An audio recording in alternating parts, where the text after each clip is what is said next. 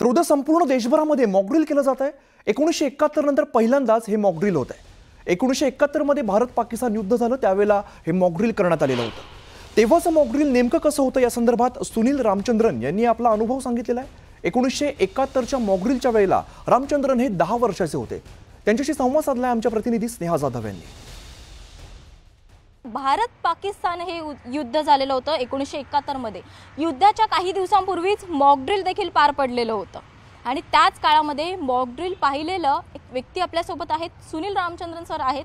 त्यांनी त्या काळामध्ये ते अवघे 10 वर्षाचे होते आणि त्या काळामध्ये त्यांनी या मॉकड्रिलचा अनुभव घेतलेला आहे। आपण त्यांच्याकडूनच थेट जाणून घेणार आहोत हा अनुभव कसा होता। सर नमस्कार। नमस्कार नमस्कार मॉकड्रिलचा अनुभव म्हणजे 1971ला खरं म्हणजे शिवाजी पार्कचं राहणं आणि समुद्राच्या बाजूला त्यावेळी टी व्ही पण फक्त ब्लॅक अँड व्हाईट होते, कलर नव्हते आणि वर्तमान काळात ज्या पेपरामध्ये यायचे तसं आम्ही इन्स्ट्रक्शन ते फॉलो करायचे। युद्ध झाल्यामध्ये त्या मॉकड्रिलमध्ये ज्या वस्तू काय काय केल्या ते सगळे शाळेत पण पालन केलं, कॉलेजेसमध्ये पालन केलं, सगळ्या रहिवासी सोसायटीजमध्ये सगळ्यांनी पालन केलं। त्या गव्हर्नमेंटनी काय तसं सांगितलं तसं त्याप्रमाणे आम्ही सगळ्यांनी पालन केलं।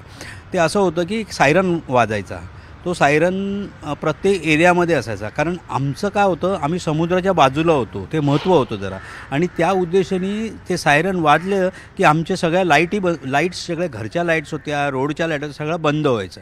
लाईट बंद झाल्यानंतर काय व्हायचं की तिकडे आम्ही समुद्राच्या इथे जाऊन ते दिसायचं की अँटी एअरक्राफ्ट गन्स असायचे, ते म्हणजे एक दिवाळीला कशी एक कंदील टाईप जाते वरती तसं ते आम्ही बघायचं। आणि रोडमध्ये वगैरे सुमसाम गाड्या, रोड नाही, काही नाही। आता कसं आहे, आत्ता जर युद्धाची आपण जर मॉकड्रिल करतो, आता इलेक्ट्रॉनिक जी मीडिया आहे, तुमच्या इलेक्ट्रॉनिक मीडिया आहे, डिजिटल मीडिया आहे, सगळं एवढं पुढे गेलेलं आहे की मला लोकांना हे सांगायचं आहे की बाबा सगळे आपल्या टी व्हीच्या समोर बसा, जे काय गव्हर्नमेंट करते, जे सेंट्रल गव्हर्नमेंट स्टेट गव्हर्नमेंट ज्या तसं पालन करा, आणि टी व्हीच्या जे उद्देश मिळत आहेत टी व्हीमध्ये त्या उद्देश पालन करा आणि लोकांनी सतर्क राहावा। कुठलीही वस्तू रोडवर उतरू नका। काही लोक कामाला जातात, ट्रेनमध्ये जातात, बसमध्ये जातात, कुठली वस्तू हातातनं घेऊ नका, कोणाशी डायरेक्ट कोणाला फोन देऊ नका। आपलं ते इम्पॉर्टंट आहे एकदम। कोणी कधी मागतो, अरे माझी बॅटरी गेली मला फोन दे, त्या फोनवरनं काही पण घडू शकते। म्हणजे या सगळ्या गोष्टी सतर्क राहावा, सगळ्यांनी सतर्क राहायला पाहिजे। दरम्यान 1971 नंतर देशात पहिल्यांदाच हे मॉकड्रिल केलं जात आहे। युद्ध झाल्यास नागरिकांनी काय करावं अशी माहिती या मॉकड्रिलच्या माध्यमातून दिली जाते। सर्व नागरिकांनी मॉकड्रिलमध्ये सहभागी होणं बंधनकारक आहे आणि युद्धाचं मॉकड्रिल म्हणजे नेमकं काय असतं, मॉकड्रिलमध्ये लोकांनी काय करायचं, कशा सूचना दिल्या जातात या संदर्भात कर्नल अभय पटवर्धन यांच्याशी संवाद साधलाय आमचे प्रतिनिधी उदय तिमांडे यांनी।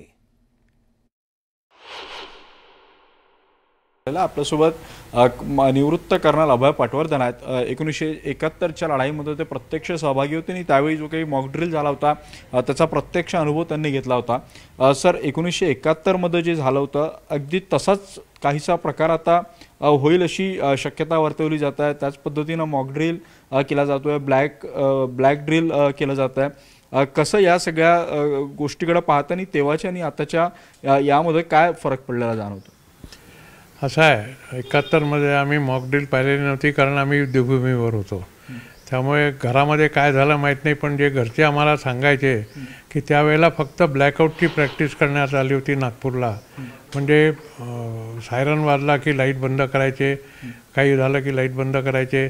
जे जुन्या काळात होतं किंवा सिनेमांमध्ये आपण पाहिलेलं आहे की सायरन वाजायचा विमान याच्या वेळेला, तसं आता करण्याची जरूर नाही आहे, कारण जी प्रगत वैमानिकांची जी सुद्धा क्षमता आहे ती 15 ते 20 किलोमीटर, 100 किलोमीटर, 150 किलोमीटर दूरवरनं मिसाईल किंवा रॉकेट मारण्याची आहे।